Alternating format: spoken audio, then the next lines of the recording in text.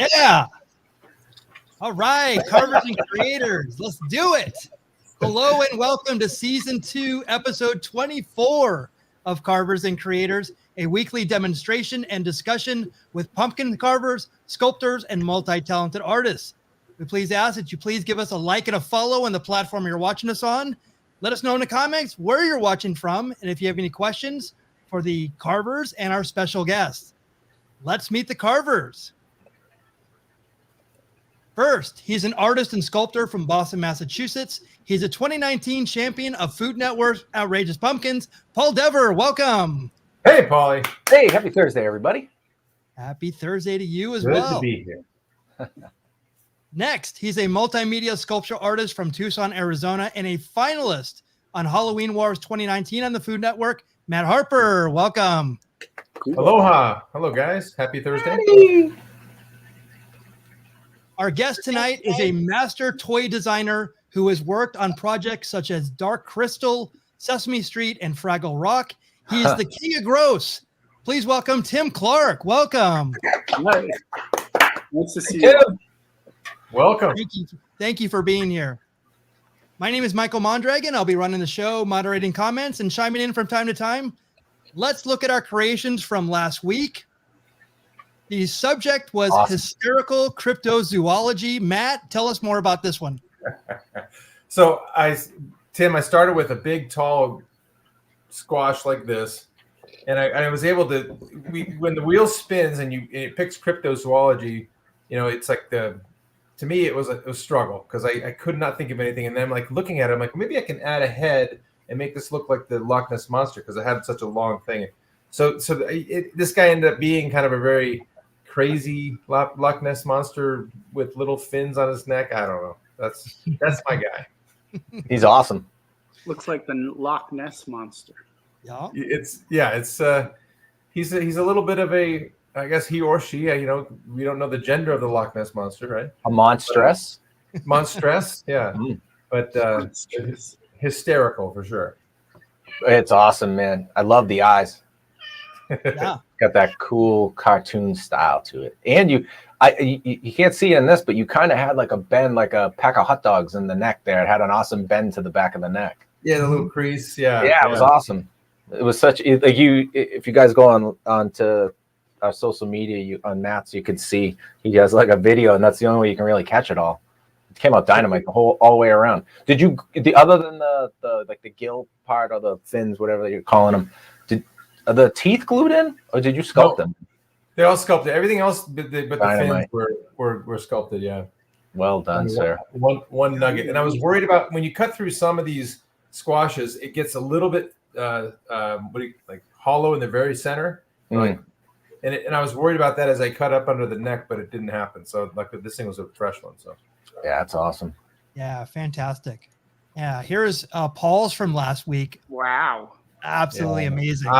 I'm bowled over. That thing was so badass, Paul. One of my top 5 right there. Really? Oh, see that blush. Whenever Matt says that, I know.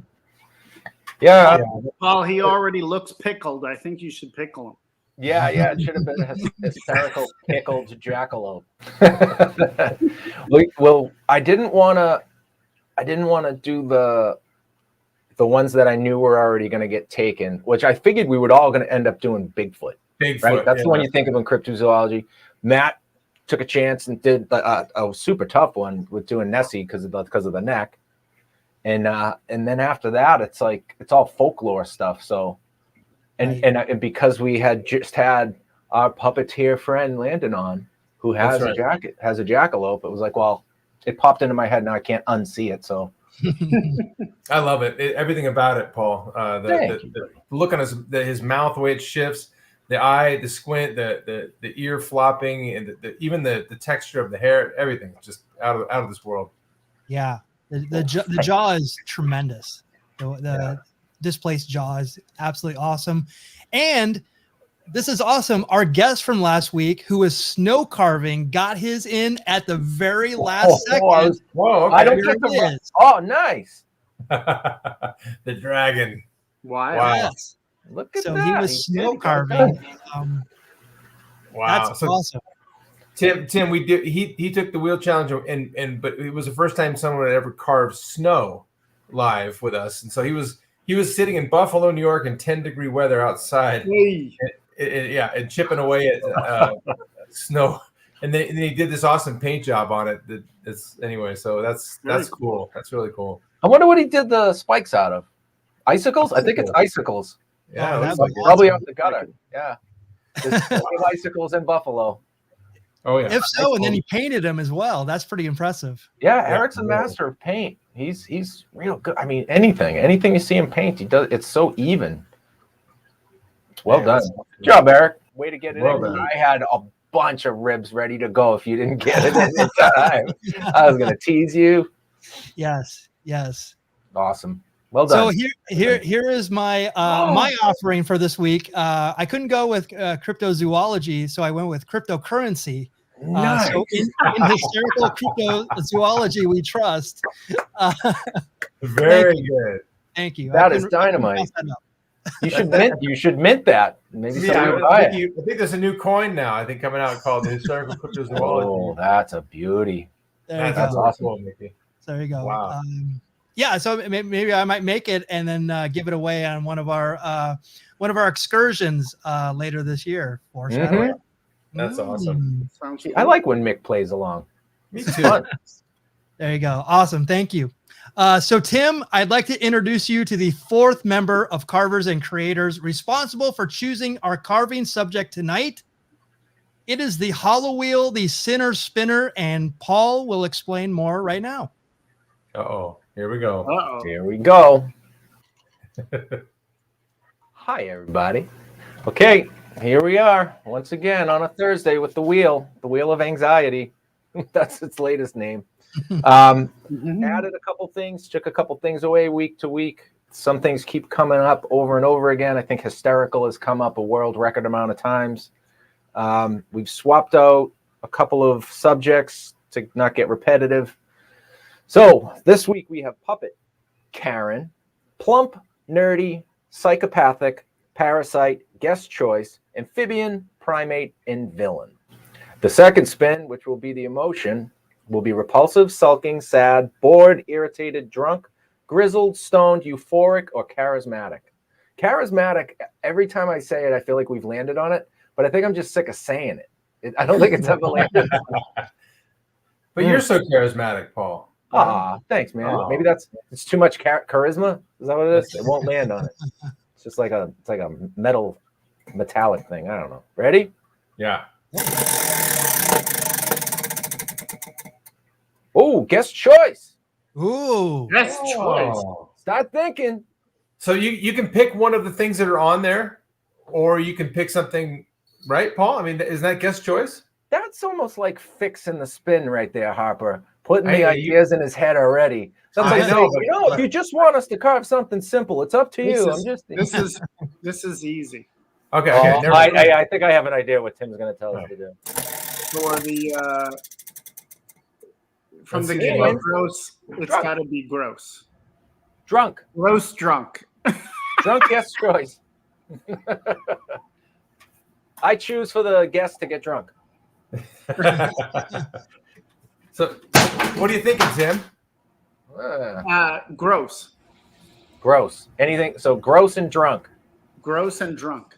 All right, that opens up some opportunities. Ooh, okay. Let's see. Wow. Okay. Right. So I'm committing it to the chat. That's a tough one, especially with the shape of the things I got. All right. So gross and drunk. Gross and drunk. I'm gonna put this in the. How happy he is. This could be the best part. This is the fun part. Yeah.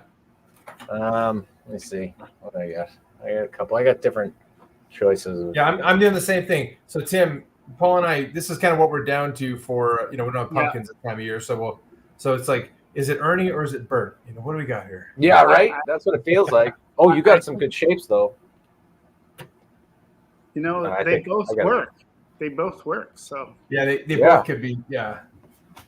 Let's see. The nice thing about the butternut squash is that it got that gross round butt. Yes, it does have that big, thick base. That's true, boy. Oh, and we have a maybe a little bit of a direction here. Please carve a boglin. Oh, well, there's boglins. Boglins are gross. Yeah, we'll talk about that more later. But if you're carving with us, if you're creating, yeah. I just finished. Oh my God! Look at that guy. That's awesome. Always my favorite part is when puppet's eyes move. And the tail wiggles. Yeah. So if you're carving with us, if you're creating with us, we're going to give you 5 minutes. So we're going to do our ceremonial carving oil. See what we're having tonight to get our imagination flowing. Let me get rid of this. Boom. There we go. I'll hide that. Yes, we're back. All right. So, Tim, what are you drinking tonight? What am I drinking? I just finished. You just finished. A late night coffee. Yeah. Very good. Keeps me awake. Right on. I'm on Eastern Standard Time. Yeah, he's staying caffeinated. So we got to keep him up with all the the hilarity and all the fun. But if we don't do that, at least he's got his caffeine to fall back on. Good point. I think I was visiting Turkey, and they basically put vanilla ice cream in coffee. Coffee anglaise, which I guess is like a European French concept. Yeah, but Turkish coffee is amazing. Oh, yeah. Yeah, so that's kind of what I had, an Americanized version of that. Okay. I love it. Sounds delicious. Matt, what do you got? I have, here, I'm falling off the screen. Where am I? Okay, there I am. I found a, Fort Peaks Brewery, which is in Phoenix. It's called Peach Golden Ale. So it's, I'm sure it's not the, nice. It sounds like it's kind of refreshing. Who knows? We'll see. A lot of the times, Tim, on this show, when people try to have like really strong IPAs and I wince, then I go back to the little, a little bit more reserved beers and sip them. So. And Matt, Four Peaks is owned by a friend of your brother, Andy Ingram. Yeah, now they got bought by Anheuser-Busch, so I'm sure Andy's not hurting too bad now at this point. But yeah, he's pretty much like a pretty multimillionaire at this point. He's swimming in his swimming pool full of coins, like McDuck. Yeah. Yes. Paul, what do you got? I'm taking it easy tonight. Wicked easy. Oh, nice. Sam Adams. There you go. For the Carver from Boston. Very nice. How about you, Mickey? Well, this is my last show for this year that I'll be dry for January. So I'm actually coming in with how about this? It's hops. It's actually hop water. So a non-alcoholic water. It actually tastes pretty good. I'm actually pretty surprised about how good it tastes. Wait, does it taste like beer? It tastes like beer. It's actually really good. And I cannot wait to jump back in head first into a double IPA. There you go.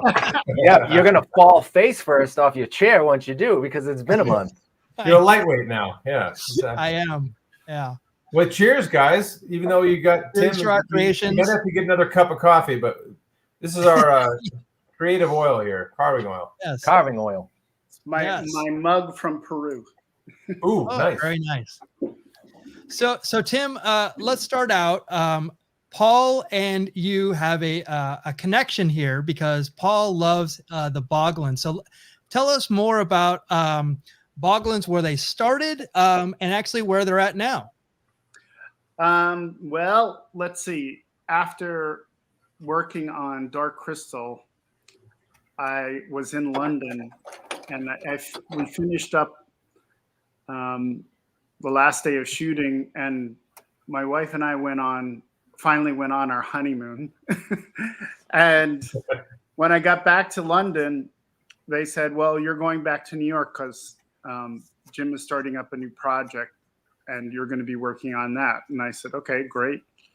So we packed up everything we had, and I got back into the New York studio, and they said, we're doing a new kids TV show for HBO. And I was like, okay, what the heck is HBO? Because this was really at the beginning, the very beginning of cable television.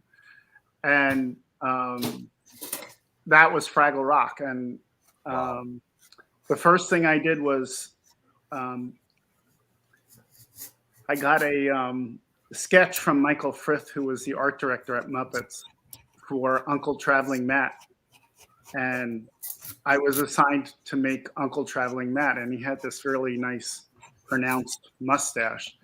And Franz Fozzikus, who everybody called Foz at Muppets, was the guy who built all the doozers, but also did a lot of the radio-controlled puppets and mechanisms, and like the mechanisms in Big Bird's head to move his, eyes and all that stuff. And I'll never forget, Foz said to me, Tim, when you're building mechanisms, you want to try and keep it as simple as possible, because if something goes wrong, and you're on set and everything has to come to a grinding halt because you need to repair something, the simpler it is and the quicker you can repair it, the better it is. So I was building Matt, and I thought, it would be really nice to add gesture and movement to his mustache. So I took 2 pieces of plastic rod that were like maybe an eighth of an inch in diameter, and I put fur fabric and feathers on the ends, and I connected them with a piece of rubber surgical tubing. So when Dave Goles was puppeteering him, if he pulled back on the surgical tubing, it would shoot Matt's mustache forward. And if he pushed down on it, it would make his mustache go up. And if he pushed up on it, it would make his mustache go down, like he was, upset or angry. And if he pushed forward on it, then it would shoot his mustache backwards. And it was one of probably the simplest mechanisms I ever made, but it was so effective and added just an incredible amount of character. And as we then Jane Gutnick and Ed Christie and I were then working with Foz on building all the puppets that were the Fraggles in the background that were radio controlled, which was incredibly tricky because they had to be super balanced. They had to be balanced perfectly. If you put the eyes too forward, then the mouth wouldn't open because it was too much weight. If you put them too far back, then the mouth would open and it wouldn't, close properly. So when we were finishing up the first season of Fraggle Rock, I said to Jim, Jim, we're doing such neat and innovative things with puppets, and the toy companies just like take Big Bird stickers and slap it on, the kids ride on. Yeah. But it doesn't really relate to Big Bird. It's not fun. It's not anything different or special. And I said, I really think we should start up a toy design and development group here in the workshop. And then rather than the toy companies coming to Muppets and saying, here, we want to do this and we want a license for it, we should be going to the toy companies and say, here's a really cool, innovative idea to make, a toy. And Jim looked at me and he said, Tim, it's a great idea. I just don't want to do it. And I always say that was like the best kick in the pants I ever got, because when we stopped shooting Fraggle Rock, there was an abundance of puppet builders, because there was this workshop in New York that had been divided into a group that was building stuff for Sesame Street. There was a workshop for people who were building stuff for Muppet Show. And then there was a whole UK group that had been working on Dark Crystal. So when we all came back, we were working on Fraggle Rock. And then much to everybody's chagrin, after Fraggle Rock, Jim had a lot of concepts out there, pitched to television and film, and none of them were getting picked up. So there was a glut of, puppet builders, and they said to a bunch of us, we're going to put you on freelance. We'll call you as projects come in, but you're not going to be employed full time anymore. And that's when I decided, well, I'm going to go back and look at some of the ideas I have been thinking about, to do puppets as toys. And the very first one was, I should have brought it up. I'm sorry, I didn't. I left it down in my studio. Was a fly hand puppet that I had made for a Halloween party, and my fingers became the legs of the fly, and then there it is. Oh, there it is. Perfect timing.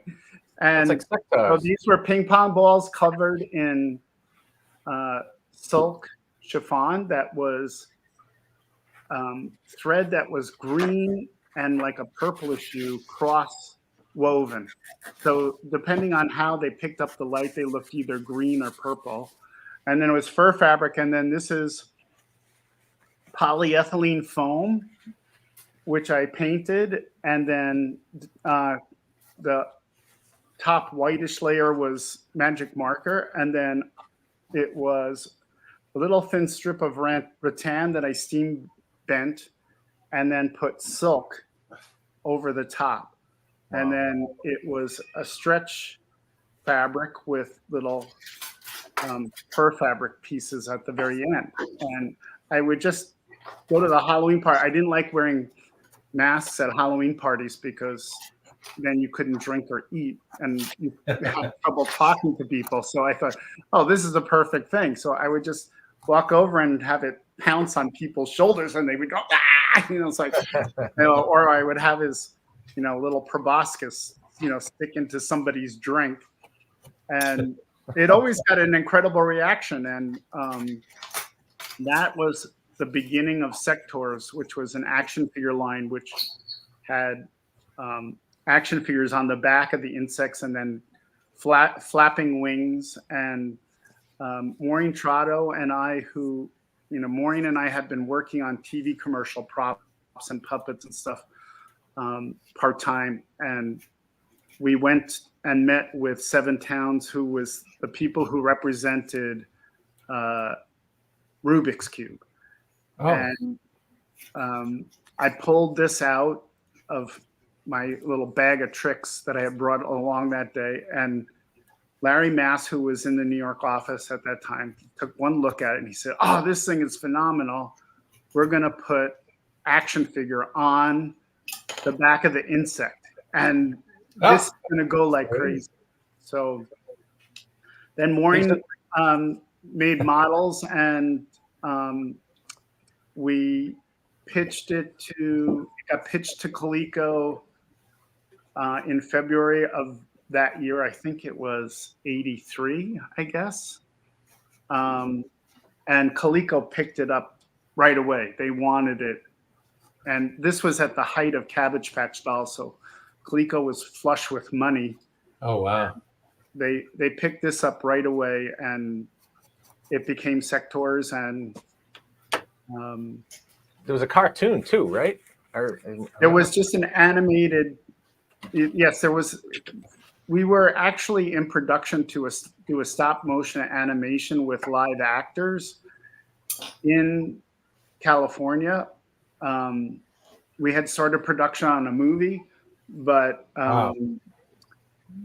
unfortunately, Coleco lost so much money on Atom computers that they went into had financial difficulties, and they couldn't come up with the money for the budget for the movie. So then, when we came back, they did an animated series, and then we also had done TV commercials as a serial. So it was each week you got a different section of the story from for the Sectors storyline. And while we were developing Sectors, and it was going into, well, it was already in production, we showed the first concept of a boglin, which I had sculpted up, and the boglin we presented to Coleco looked very much like Dwork. And so whoop. Like that one. Yeah. Okay. So so this is basically what we presented to Coleco in the box with the bars and everything else. And unfortunately, they thought, oh, we'll add this to the Sectors line as kind of like a mutant monster that's, battling against the Sectors. And they didn't go with this look at all. They came up with something that looked like a crocodile, and I forget what else. And it's like I wasn't really happy with it. And then when Sectors got dropped, when Coleco went bankrupt, we got Boglins back, and then Larry took it to Mattel, and Mattel took one look at it, and they went, "Oh my God, this has been staring us in the face in movies for years, and we never thought about picking up on this." Wow. But they didn't want to call it a puppet, which I thought was hysterical. It's like here, like they say, well, puppets don't sell. So we don't want to sell it as a puppet. We're just going to call it this outrageous creature that comes alive in your hands. That's much more simple. Right. Well, even the Sectors were amazing because they said, well, the thing is, puppets sell to really young kids. And I said, well, this is not a puppet that's going to sell to really young kids. It's not cute. It's not cute enough. And they said, yeah, I know, but the buyers are going to think it's going to the wrong age group. We have to pitch it older. I said, and Maureen and I were like, okay, fine. You guys do it. You're the marketing people. You do what you think is right. So, let's see. So,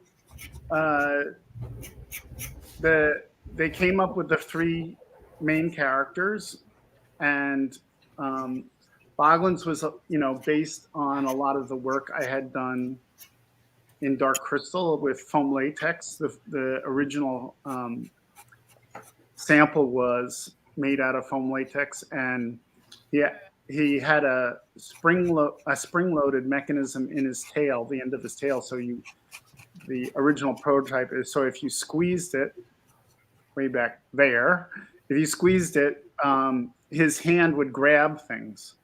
That never came to fruition because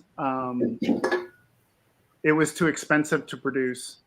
So that we just went with the eye blink and the moving eye mechanism. And then the one you see there on the right is the first version of the small Boglins. And the orange one is the first version of the hairy Boglin. So all of which, eventually came out in one form or another. but you can see how close it is to the work. So that's where Boglins came from. Wow. So it was the blinking eyes that did it for me as a kid. Yeah. Yeah. Well, it's funny because I don't know, maybe 2 or 3 years ago, I was invited to do Monster Palooza out in Pasadena, California. And, it's like, it's all these guys in Hollywood who are, in special effects and doing, all these crazy wild monsters and makeup and all that stuff. And so many of them through the course of that weekend would walk by my booth and they go, Boglins. And they come over and they look at me and go, oh my God, you're the person who made me want to go into special effects. And I said, well, and because, this was at the height of CGI and, these poor guys who were like struggling to get work. And I would always say to them, well, please tell your mom I'm very sorry. And they all got it right away. It's like, yeah. It's like, it's a very rough business. It's a very rough business. Wow. So one of my favorite movies growing up. Well, first of all, I'm a big Fraggle Rock fan. When my parents got HBO pretty early, and for whatever reason, I have no idea, but you were lucky. Well, we got lucky. Yeah, I guess that's the way to look at it. But I remember Fraggle Rock was like the only thing on HBO we were allowed to watch. Right. Because it was like, they after dark kind of HBO would happen and all this stuff. So I'm like, oh boy. But I remember my brother and I would watch religiously every episode, and the dozers or doozers or doozers were like one of our favorite parts of it. And then how they, continue to work, they break their whole system of their bridges and everything else that they're building. Mustard sticks. Oh yeah. Oh, and I love that part. I don't know what but then the Traveling Matt was like, he was the kind of, if I recall this correctly, and this is like my brain going back that many years, but he was kind of like he kicked off the show, right? He was the one who would talk. Well, he was the guy who traveled into outer space. That's right. The human world. The human world. The human world. That's right. That's right. And would send postcards back to his nephew. That's right. Describing in his own way of looking at things, what the human world was like. And one of my favorite episodes was Traveling Matt encountering parking meters in New York City. Oh, yeah. And he assumed that it was actually a creature that had to be fed every hour on the hour. And I always just love that whole concept of, kind of like a child's view of the world, and yet kind of fractured and not correct. But right. Yeah, he's a wonderful character. He was a wonderful character, and one of the great things that Jim did was he had Traveling Matt sent out to countries all over the world, and had local puppeteers puppeteer him in, that language. Oh. So when I travel, like when I was in Peru a few years ago, and people asked me, people would say to me, well, what do you do? And I'd say, well, I used to design and build puppets for the Muppets, and now I'm doing toys. And they said, oh, really? What characters? And not a lot of them at that time knew about Dark Crystal. Some did, some didn't. And I said, but I also built Uncle Traveling Matt for Fraggle Rock. Oh, Uncle Traveling! And then they would immediately start talking to me in Spanish, assuming that I speak Spanish. Oh, okay, yeah. And luckily my wife speaks Spanish, so she would say that no, Tim doesn't speak Spanish. That was the puppeteer who performed it. But it's wonderful because literally everywhere you go in the world, people know who the Muppets are. Oh, yeah. Although recently I was in France to promote the new Boglins, and I was surprised at how few people knew what Muppets were. Oh. So I guess it's become generational, and hopefully with Fraggle Rock, a lot of people knew what Fraggle Rock was, but they weren't sure about Muppet Show. So Interesting. Which I found strange, but I thought the opposite. I thought it would be the opposite, because. Yeah, no, because I think Fraggle Rock, because it was done in each country's language, people could relate to it more easily. I'm sure Muppet Show was also dubbed, but maybe not as effectively as Fraggle Rock was. That makes sense. Wow. So when it comes to like well, I got a question. First, I'll back up about Jim Henson, because the three of us are huge, Muppet and Henson and everything else fans. I have 3 teenage daughters who I've been very specific to raise them on the Muppets and get them involved early, and a couple of them like make puppets themselves. They're just they love the everything about it. But so what was he like? Because we've had the experience to interview Terry Hardin, who had a chance to meet him and know him and work with him, but you're talking about having discussions like specific to this character with him, like what was he like as a person? Because I have a very romantic thought about what he was like. The funny thing is, Jim was actually quite shy. He was a little bit socially awkward, I would guess you would say. Okay. He wasn't, out there. Like on the set of Dark Crystal, Jim had an assistant to the director. And his name was Dusty Simmons, and we used to call Dusty Jim's professional yeller. Because if Jim didn't like the way something looked, on set, or he needed the lighting changed or something like that, he would just motion to Dusty to come over, and then Jim would whisper in his ear, and then Dusty would turn around and go, "All right, you guys," and would be yelling at the guys up in the rafters to change something, But Jim never raised his voice. Never. Oh, wow. I never saw him get angry or perturbed and when we were working on Dark Crystal at the very beginning in Hampstead, the workshop was in an old post office building, which was directly across the street from where Jim was living. So he would come in usually once a week, because at the time he was shooting Muppet Show. Okay. And, to see, how we were progressing, what we were doing. And a lot of times he would walk in and he would talk in a puppet voice to us. He would come over and go, "Well, hello, men. Well, what are you working on? What have you done over the past week? Let me see." And then a lot of us, some people at Muppet said Jim had a whim of iron. Some said a whim of steel, because for me personally, I was sculpting one of the Mystics' heads. Yeah. And he came over and he looked at it and he said, "Tim, what if you tried doing this and this and this?" And, he gave me some suggestions about changing the expression and all this stuff. And then, he left. So, I immediately took my clay tools and I started scraping it back, to a lump and redoing it, right? And the week later, he comes in and he says to me,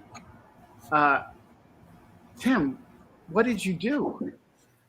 And I said, "Well, Jim, the last time you were here, you said to me, why don't you try this and do this and this and this?" And so I was trying to do what you were directing me to do. And he goes, "Oh, I didn't mean that you should actually do it. I just think that you should think about it." And I was like, "Okay." And then when he walked away, I was like, does this man not know who he is? Yeah. You're working in the Muppet Workshop, and he comes in and gives you suggestions, but you should ignore them and just keep doing what nobody in the Muppet Workshop was going to do. And we all experienced it. It's amazing how, I think every puppet builder at some point experienced the whim of steel or the whim of iron, you know. It's like, Wow. But no, he, you know, the I have to say, I started working for Kermit Love first, right out of college, and I worked for him on stuff for Sesame Street because Kermit had done Big Bird and Snuffleupagus, and he had a contract to work directly for CTW to create Muppets for Mexico and Germany and all these foreign countries for local TV shows. Okay. And so I had been working for Kermit for a year before I actually started to work for Jim. Oh, okay. And, you know, it's like I didn't have any perspective of, you know, the film industry. I only knew creating and working in the workshop. You know, I didn't have, you know, a sense of, you know, how the rest of the world made television shows. And it was an incredible luxury at Muppets to just spend an incredible amount of time on development. I mean, I was there at the very beginning of the development of Dark Crystal, and we spent the first few months just making creatures to do a short as a presentation to get backing for the movie. Right, right.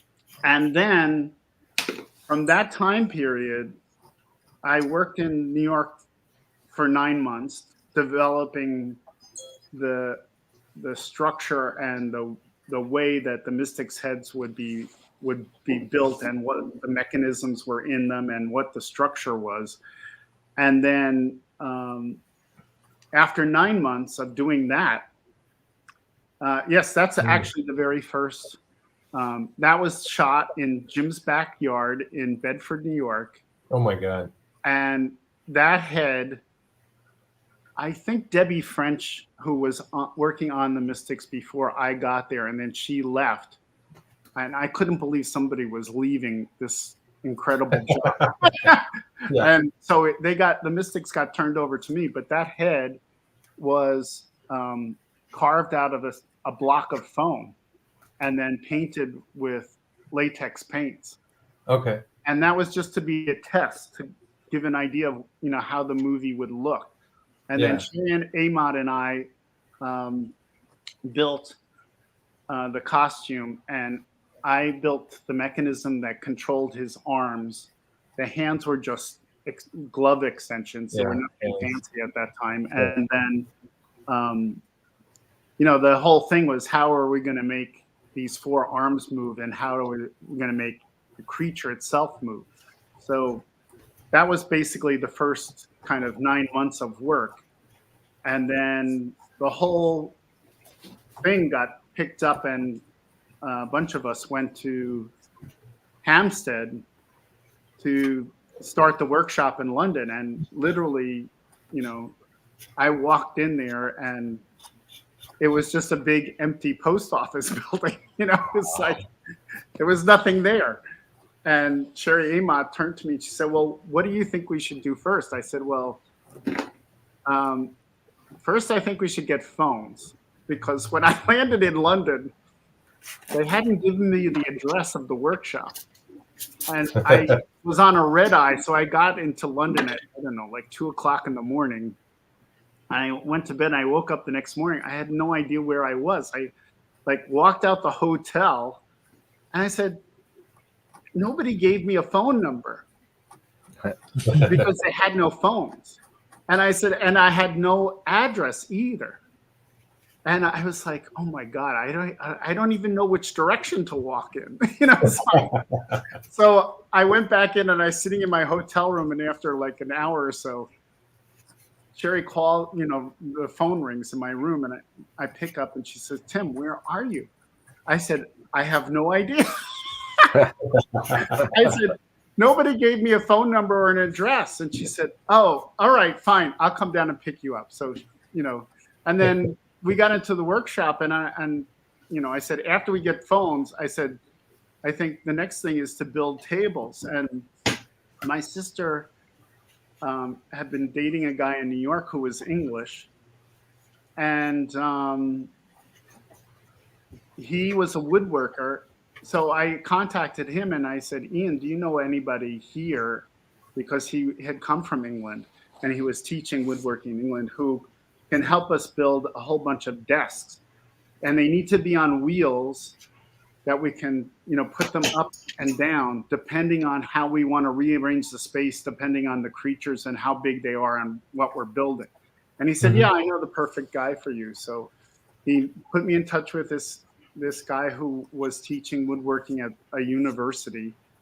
And he came down, Colin came down, and I told him what I wanted and how they should be designed, and that we should be able to partition ourselves. And he said, okay, great. It's like, and so we worked together, and he built all the tables, and they used them up until they closed the workshop. And oh my gosh, in England, I don't know how many years later, after Labyrinth and Jim Henson Hour and all that stuff. So yeah. That it was an amazing thing. So that was the beginning. And then I went back to sculpting and working with Brian on all those. And I did a lot of the next thing Brian wanted me to work on was the pod people. And he would give me these drawings, and very quick sketches of what they should look like. And I would start sculpting them. And then I took the first one over, and he looks at it, he goes, Tim, he looks depressed. Are you okay? And I said, yeah. And he said, well, they're supposed to be happy potato people. They're not supposed to be dour. And I said, well, Brian, you give me a drawing and one eye is up here, one eye is over here. And, the ear is, one is higher than the other on. And I said, how am I supposed to make those look happy? And he said, just go back and do another one. So, I had a pile of sketches of pod people. So then I pull out the next one, and I, after a couple of days, I take it over and it goes, no, this is not what I'm looking for. And he said, are you sure you're feeling okay? I said, yeah, I feel fine. He said, you know what, Tim, we're just going to make all yours the slaves. I said, okay, I'm fine with that. So almost all the slaves in the movie were yours. My attempts at making pod people. Oh, wow. Okay. I guess they were too gross. Yeah. How did you get that? How did that nickname come about? Because that's what you recall for King a while, of Gross? Right? Yeah. Jerry Houle who was head of licensing at Muppets. After he left Muppets and I was no longer working at Muppets, I was working for a company called EK Success in New Jersey, and I had developed this whole line of girls, stationery and dolls, and they were called the Funky Girls, and they each had, there was the Diva Girl and the Angel Girl and all this stuff. And we went to a meeting at Walmart to present the line to see if they would be interested in picking it up. And Jerry had licensed it out to some other companies to make dolls and some other things. And he gets up in front of all these executives and he said, this is Tim Clarke, who worked at Muppets on Muppet Show and Fraggle Rock and Sesame Street. And he's also developed Sectors and Boglins. And I refer to him as the King of Gross, but now he's done this whole really cute line. So that's where it came from. Was Jerry Houle calling me the King of Gross. And then after that, other people started referring to me as, after Sectors and Boglins, the King of Gross. I was like, okay. But I have some very cute designs, but King of Gross stuck. Yeah, gross tends to be a lot more fun when you're carving pumpkins too. We certainly gravitate towards the gross. That's kind of the Well, I mean, they're Halloween centered, so more interesting. Yeah, that's how. And you know, the funny thing is, Boglins. I mean, I've been doing the original Dwork Boglin was based on the Olmecs in Mexico. Yeah. And I didn't know till recently I was doing research on the Olmecs because people said, well, what was your first influence? And I said, that was what drove me, because if you look at it, his head, it's kind of very square and blockish, like the Olmec heads. So when I was recently, because as we're developing the line with Tri-Action Toys now, they wanted me to give backstory to things. So I said, well, I think we should have a whole group of Boglins that are based in, South America. And I was reading about the Olmecs, and I had no idea that Olmec means rubber people. Oh. And they were named the Olmecs by the surrounding tribes because the Olmecs used to play a game kind of like rugby with a rubber ball. And Olmec means rubber. Oh, wow. And in the native language. And I was like, that is such a bizarre connection. Like I couldn't have made that up if I wanted to. And recently, we've licensed Boglins. They're going to be doing a board game. And I had sent this history that I had written. And Jack Dyer, who runs the company, it's Dyer Rabbit Games. And I was telling him about this. He said, I didn't realize that was real. He said, when I was reading your Boglin history, I thought that was something you had completely made up. And I said, no. I said, since they've been asking me to write this history, I have been looking at all these, very old cultures. And the other fascinating was I went to the Metropolitan Museum of Art in New York City. And I was walking all over the museum looking for grotesque things. And I went to the front desk and I said to the woman behind the desk, can you give me an idea of where there are grotesques in the museum? And I was amazed because she was like, boom. She said, here, go to the Japanese section. There's these masks. Go to the Egyptian section. There's these characters. Go to the Greek section. There's these characters. Go to the Roman section. And it was amazing because it's like awesome. It's like, so I'm just going around taking photographs of all this stuff. And one of the grotesques in the Egyptian wing is the God Bess, who was based on a human dwarf, but he's almost always shown just as his head. And he looks just like a Boglin. And he is the god that is the protector of children. And he's a prankster and a jokester. And I was like, this is this is just amazing, just an amazing thing. And I often think one of the reasons that Boglins is so popular, like the amount of women when I'm doing these Comic-Con shows who come up to me and they'll say, oh, Boglins, I had a Boglin when I was little. And I would say, really? She said, they're so cute. And I would go, really? Boglins are cute?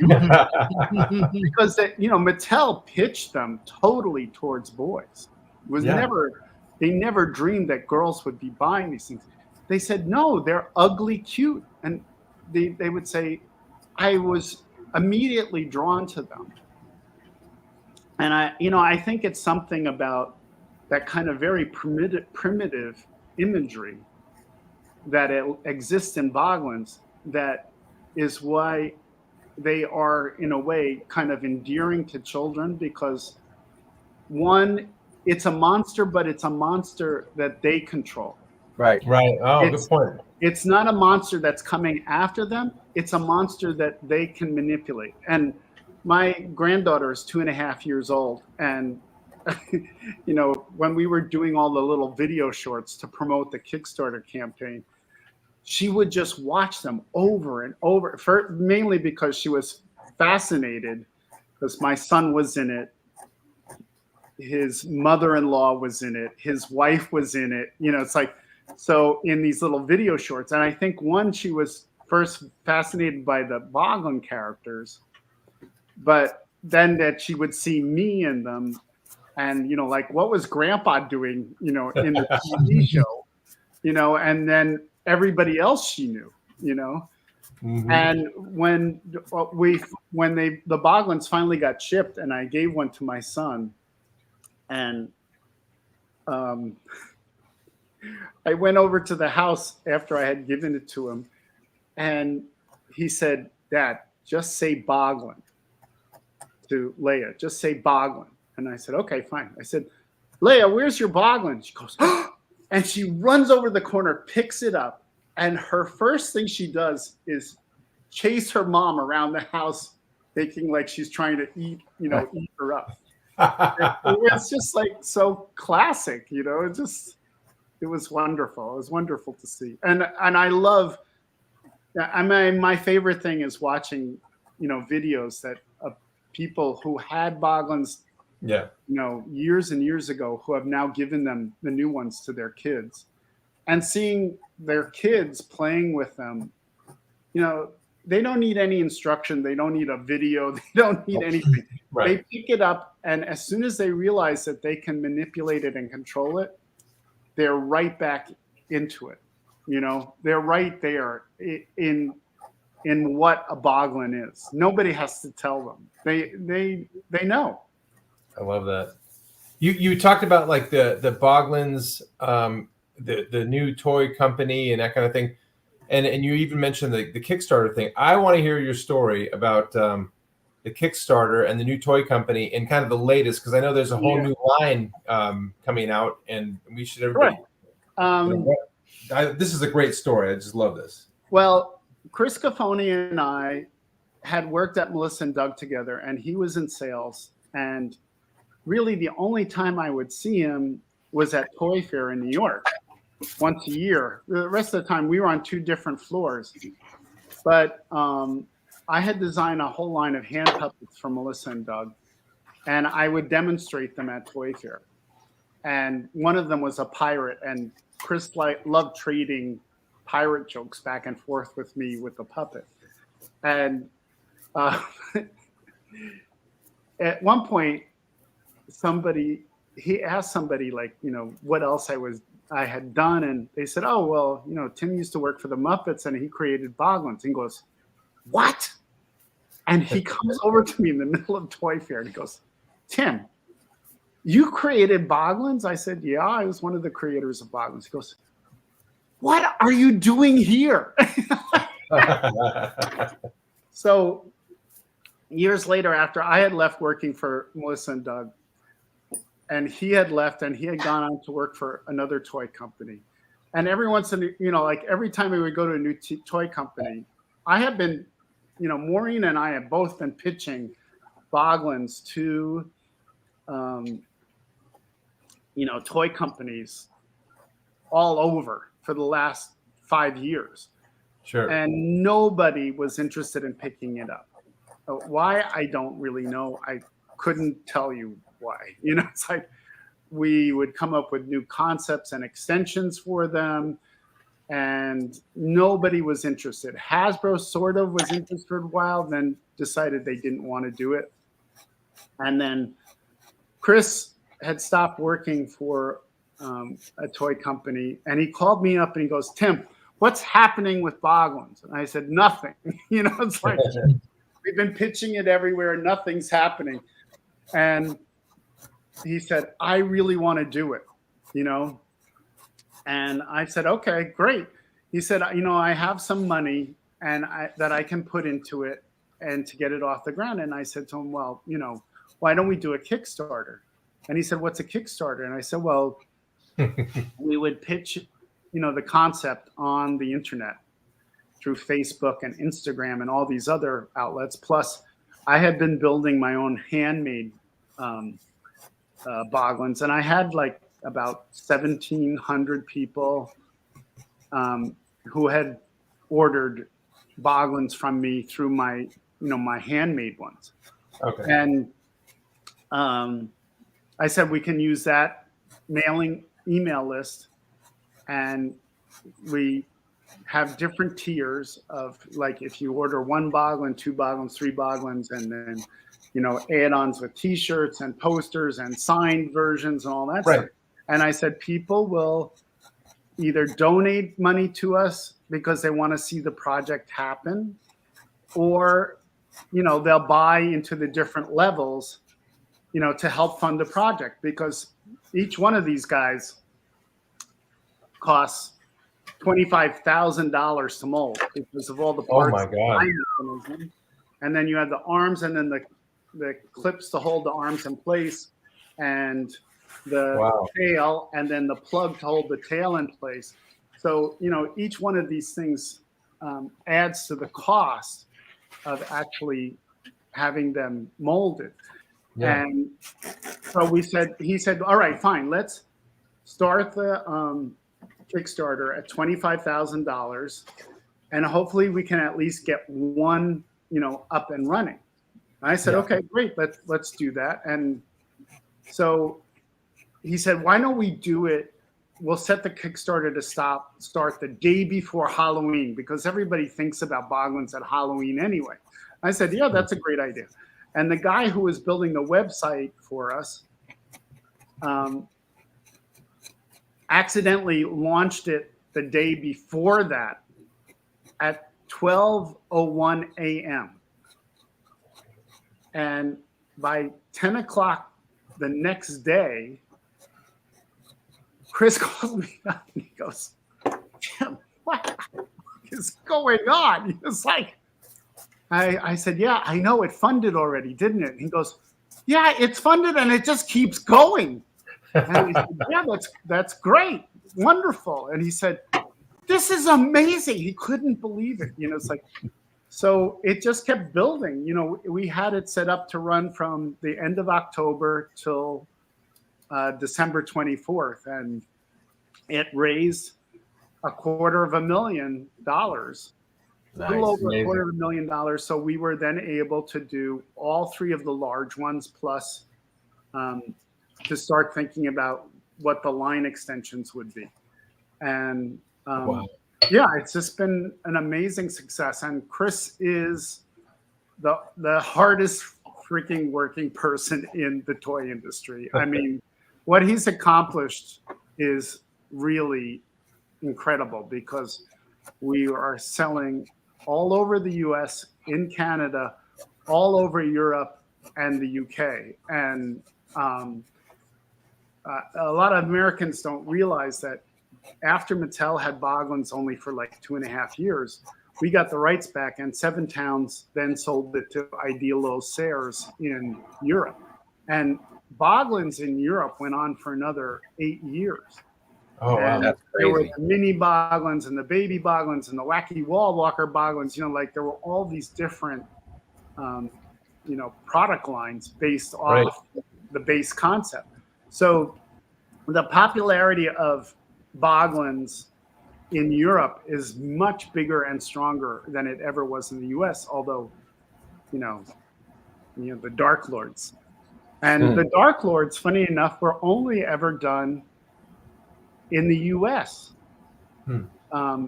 Blobkin, which is the pumpkin one, and Bogabones. Crazy Clown is new, but they were never sold in Europe because back then, in the late 80s, early 90s, Halloween was not really something that the English or the Europeans knew about. Right. But Right. over the years, it's built more and more as, a holiday.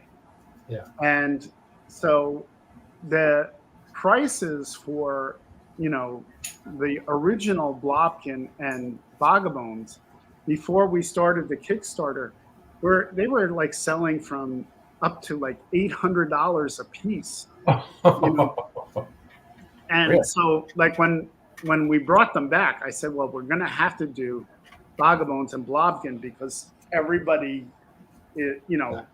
remembers That's what they want. Yeah. having those, and there's not many left around, and they're the most sought after. So, that was our next, thing. Sorry, my legs are cramping. So, Wow. yeah, and both of these photographs were done by Mitchell Wu, who's quite a well-known toy photographer. He did this wonderful thing based on one of the little histories I did about Boglins play a game called frog tossing. So, no frogs were hurt. Those are all rubber frogs. Okay. Good. No frogs were hurt in the making of this shot. So. Well, let me ask you about this one. Was this associated with you? Was this the one you were talking about yesterday? No, that's not. One of the fans did that. One of the fans is a fan. That's not the one I did. That's this guy here. Yeah. Vagabonds. I mean Blobkin. Sorry. Yeah, that's Blobkin inside a pumpkin. Perfect. So cool. So awesome. Yeah. I love the arms. Boglins. They're alive all the time. Every time you hold it, the arms are alive. That's so cool. So Yeah. very So- cool. We actually had someone who was asking, was there a shark version that was a knockoff, or was that associated with it? Jody, you're probably thinking of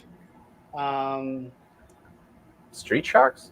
Street Sharks, which actually was represented by Surge Licensing, who's now representing Boglins. Years and years and years ago, Surge, before Teenage Mutant Ninja Turtles fame, wanted to license Boglins in the U.S. And they had the rights to do all the subsidiary licensing. And after a few months, they had gotten, I don't know, like maybe 20, 25 people lined up to do T-shirts and bedding and pajamas and everything, Right. And Mattel looked at it and they said, no, we want this business back. Oh. And they took the licensing rights back and then did absolutely nothing with it. I think the only thing they got out was Don Post masks and some T-shirts. That was it. And Maureen and I were livid. We were just like, why did you do that? It's like, Yeah. But it's like you never know what the executives in toy companies are, why they're making the decisions that they do and when they make them. I mean, literally, when they canceled Boglins from Mattel going into the third year, they had $7 million in orders, and this was back in '87, going into the next year. And 7 Towns, Tom Kramer, who ran 7 Towns, it's like, what? Yeah. Matt Black. Oh, that's my comments to the factory about making the paint more matte. It's funny. I didn't know that was in there. Where did that come up? Sorry. Hold on a second. I think I pressed something accidentally. We can't see it. Yeah, we can't see anything. No, very close. It's gone. I must have pushed on my mouse and Oh, I got you. one of my images on my desktop popped up covering the screen. So, yeah. Tim, I got a question for you from because a lot of people that watch us regularly love your process. They want to know kind of how your origin was, because you got to, we know about your work and your amazing kind of library of all the things you've done. When you were a kid, were you naturally like a sculptor, or what was the catalyst that got you to originally get that job permit? My dad was a salesman for Unilever, and somebody asked him, because my brother is a graphic designer, my sister is a sculptor and painter, and I've been doing toy design and development, and somebody asked my dad, so where did your kids get all this creativity from? Like, why? And he said, I have no idea. I haven't got a creative bone in my body, but I'm really good at creating creative people. He said, that's my one act of creativity. But my mom was always, she taught me how to sew, which was a big advantage in getting my job at Muppets. Oh, sure. And my mom was always doing, painting with watercolors, and I was very fortunate because my parents never questioned us wanting to be artists. They didn't discourage it; they encouraged it. I was very lucky that my uncle worked for a printing business, so we would get all the end runs of paper. So we had like endless supplies of drawing paper to, create things. And when I was a kid, my brother and I used to make puppet shows for the kids in the neighborhood, and we would, make money doing that. Nice. And then the big thing was, if you could survive going through the Clarke haunted house in our garage, which my brother and I built. And, the big thing was for the neighborhood challenge was whether you could get from one end, and we kind of set it up so that you looped back and forth through the garage before you could exit.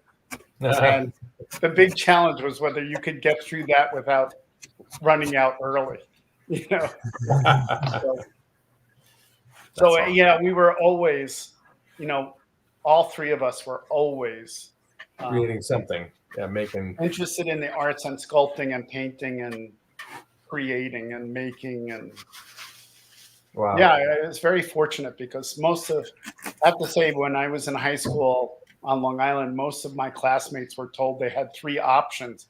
They could be a lawyer or a doctor or an engineer. That was it.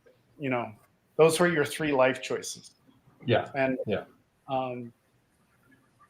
I was asked to go and talk to students at my high school a few years ago, and I was on a panel with a bunch of other people who had done different things, and so I brought a whole suitcase of all the stuff I had created.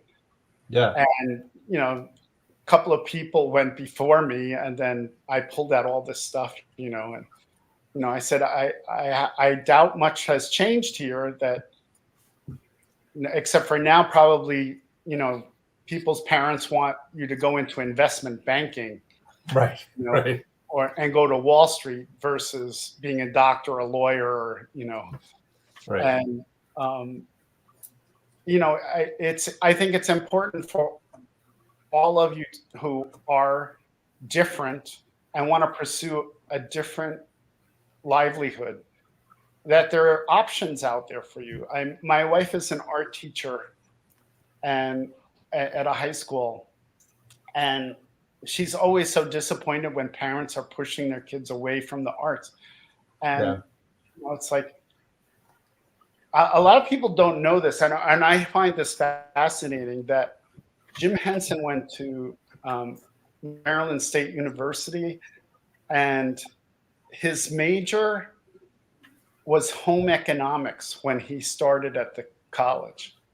Wow. Because he wanted to learn how to sew and make patterns, and that was the only way he could do that. So here he was in this, class setting with all these women, which in hindsight may have been, a very clever thing to do. But then he stepped out of that, and he realized it was too limited, and he went into the arts program at Maryland. So, it's like all these people in entertainment who people revere, like Disney and Henson and, filmmakers and Broadway people who build sets and designs, it's like all these people who are so highly revered, who are in the arts, and people don't ever look at that and say, oh yeah, my kid is talented and they could maybe do something like that someday. So, it's like I'm always encouraging, both parents and kids to, pursue it. It's not, don't be afraid of it. Like, right. It's like people, every single thing somebody touches on a daily basis is designed by somebody. Right. It just doesn't appear. It isn't just manufactured and made by a machine. Right. Somebody out of thin air. has have the creative sensibility to make those things. Yeah, we've talked about it a lot on the show where, me growing up, I grew up, I was a child of the 70s going into the 80s, and art wasn't seen as a vocation. It was seen as like something cute. It wasn't for, you weren't going to make any money doing it, but now you were just going to starve to death. Right, exactly. Yeah, it's something cute to do on the side, but it's not a vocation. But I really wish that there was more encouragement back then. But also, I think people were also territorial about teaching it as well. Now there's a lot of people teaching the art and more giving with their time on that. Yeah. Oh, good point. You mean artists? I have to say, I don't know if you guys have seen it. There's a show on PBS called Crafts in America.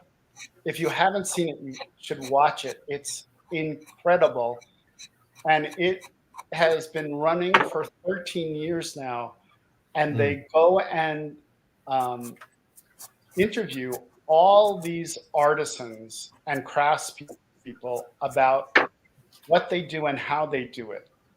And it is brilliant, the variety of work, from people who make musical instruments by hand, to people who sculpt, to people who do clay, to people who are doing weavings, and the contemporary approaches to those mediums. Just amazing. Yeah, one of my big things about how I learned art was I wasn't very good at like reading about it. If there was a manual about how to make something, I would struggle in it. But seeing someone do it I'm a total visual learner. So I'm sure there's a lot of other people that are out there like that. I mean, that's when people watch, like, for instance, Paul and Matt doing their carvings. I mean, that, like, I soak it in. I'm just like, oh, that's the way you would approach that. Yeah. And they're very giving as well with their techniques as well.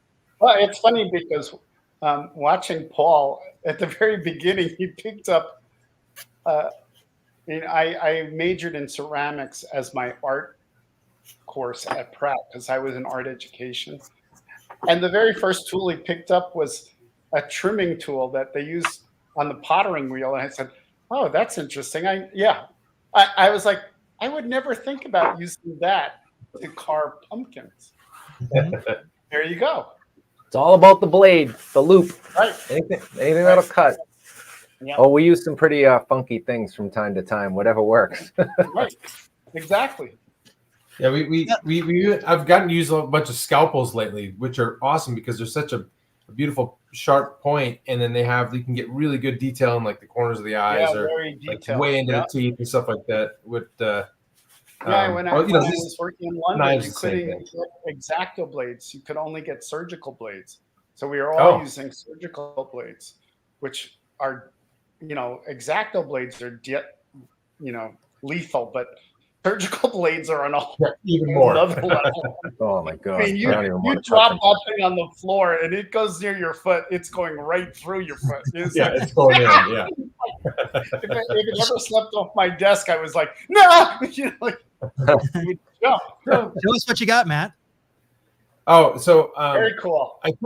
I took gross to heart. So I'm going. Yeah, I'm it's beautiful. I'm channeling a Boglin a little bit too because I got some of these wrinkles going on here. But to make him drunk, I got like one eyelid a little heavier than the other. So far, it's not the best lighting. Sorry, but yeah, fantastic. Yeah, you can see his teeth and his tongue sticking out. So he'll be drooling. There may be a booger. Who knows? We'll make him gross. You go for it, Matt.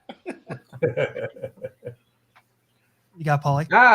So I took action picture. I in honor of Tim being on the show, I'm gonna do my version of a Boglin here. So there we go. Still roughing it out. There's a lot of roughing out. I'm hitting a gross spot in the pumpkin, if you will, or the gourd. Yeah. There's a soft spot right here. So we'll see how gingerly I can dance around that. But yeah, I'll gross him up real good. I'm gonna give him a lot of warts and a lot of wrinkles, and somewhere in the process, he's gonna become drunk. He looks like a happy drunk right now. I'll give you that. Yeah, he is. Well, what's going to happen is I'm going to have another family of Boglins, like his wife and kids, leaving him. Oh, there we go. Yeah. So he's not actually a good drunk, but he might be happy about it. Maybe that's why he's happy. Who knows? But we'll see how it goes. Hopefully, it turns out wonderful. So, Tim, before we wind down here, I wanted to ask you about the reboot of Fraggle Rock. Were you involved with that at all? No, I haven't. I haven't done anything direct with Henson in many, many, many years. For a while, I did a lot of toy sculpting for them on a freelance basis. There was also, after Fraggle Rock, they called me back to work on the first Disney Henson joint venture, which was a live TV show of The Little Mermaid with actors and puppets as the characters. It was pretty dreadful, unfortunately. I mean, the puppets were great. The writing for the show was pretty awful. Okay. And it never went anywhere, thank goodness. But then I got so involved in designing and developing toy products that I really didn't have the time anymore to work for Muppets, on a freelance basis. I was like really pretty much full-time employed doing design and development. So yeah. Tim, when it comes to speaking of reboots, did you enjoy the new Dark Crystal that came out a couple of years ago? Did you get a chance to? I thought it was fantastic. I mean, after they finished shooting, there was a reunion in London of the people who had worked on the original one and the people who had worked on the new one. Oh, it was great fantastic to meet everybody. And they did it at Elstree Studios, where the original Dark Crystal was shot. Oh, wow. And it was amazing. And, the funny thing is that Brian Froud and Wendy Froud were sitting next to me, and Brian was sitting directly next to me, right? And, of course, we just start reminiscing. And, of course, all these people are coming up to talk to Brian, and they want to get stuff signed and all that stuff. And Wendy kept on jabbing Brian in the ribs, going, "Brian, stop talking to Tim so much. You're here to, read the people." But we hadn't seen each other. Yeah. I mean, I had seen Brian and Wendy in New York when Brian had a show at a gallery in New York City. But that was probably, 10 years ago. So we hadn't seen each other in a long time. And, it was just wonderful because we just kind of picked up where we left off. It's like that's the best. For all of us who, we didn't have the internet to stay connected. We do now.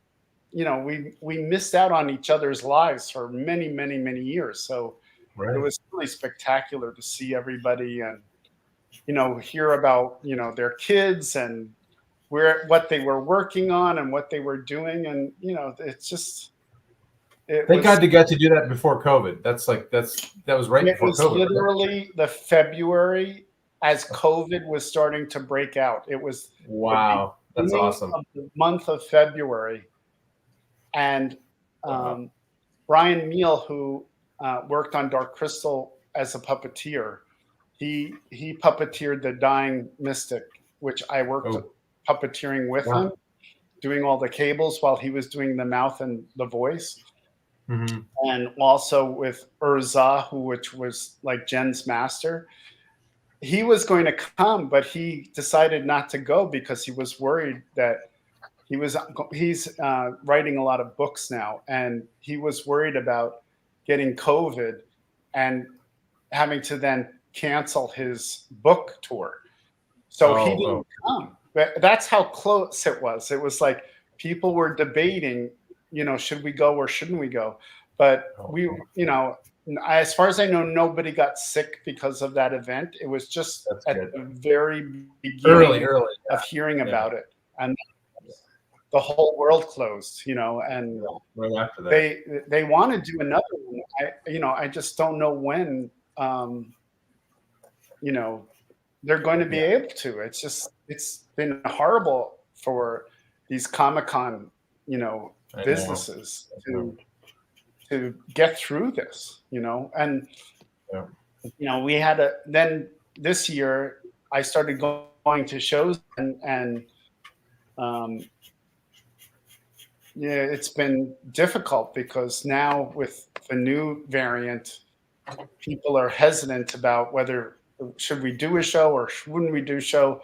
I mean, New York Toy Fair was canceled, which it really hurts us terribly because we were looking to expand, into new markets with Boglins and other toys that I'm working on with Tri-Action Toys. I have new products coming out. Plus, we have Dynamite is going to be doing trading cards, and Grim Rabbit is going to. I heard board games coming. Right, is going to be doing the board game, which will have the first new mini Boglin characters in the board game, which is really cool. And so all those people in Europe who were constantly asking me, when are you going to do more minis? When are you going to do more minis? Because the mini Boglin fan base in Europe is immense. They can now know that, yes, I am working on new minis and they will be part of the board game. You'll have to buy a board game to get them, but there will be a move. Look them in. That'll be cool. Nice. Really cool. Well, as we mentioned before, Tim, this is the fastest 90 minutes on the internet. We have gone. I'm sorry. No, it's every minute of it was amazing. Great. Yes, we definitely would love to have you back. To find out more about Tim's work, you can go to Tim Clarke Toys on Instagram. And then you also have your website.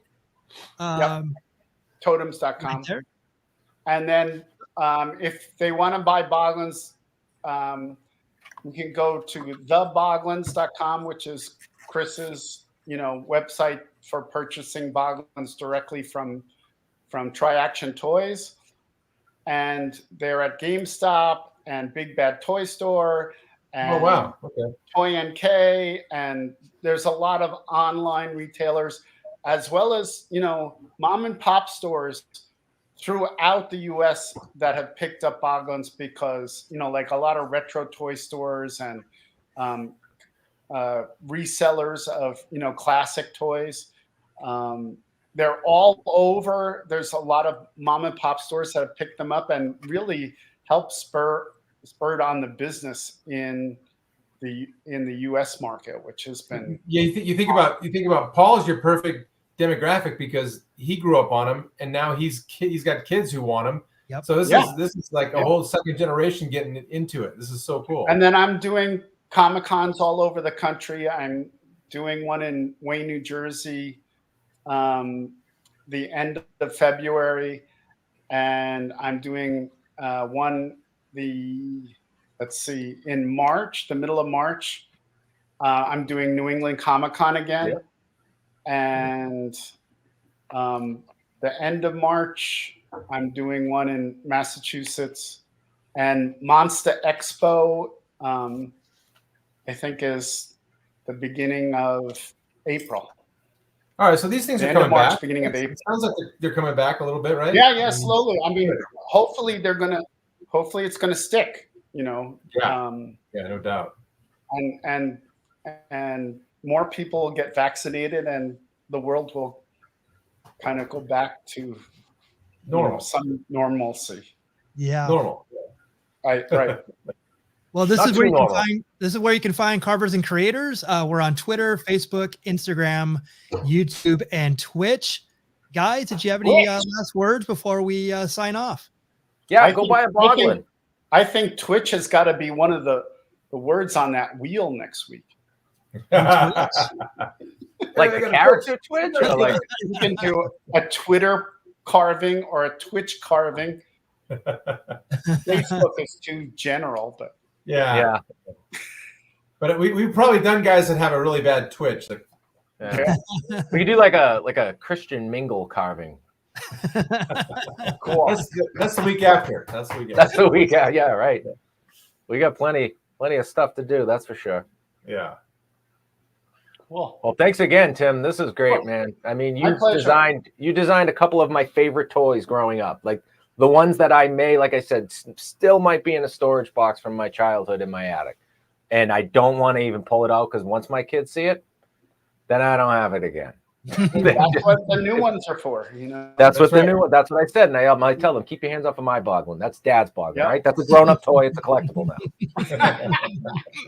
Those are Daddy's toys. Yeah. Right.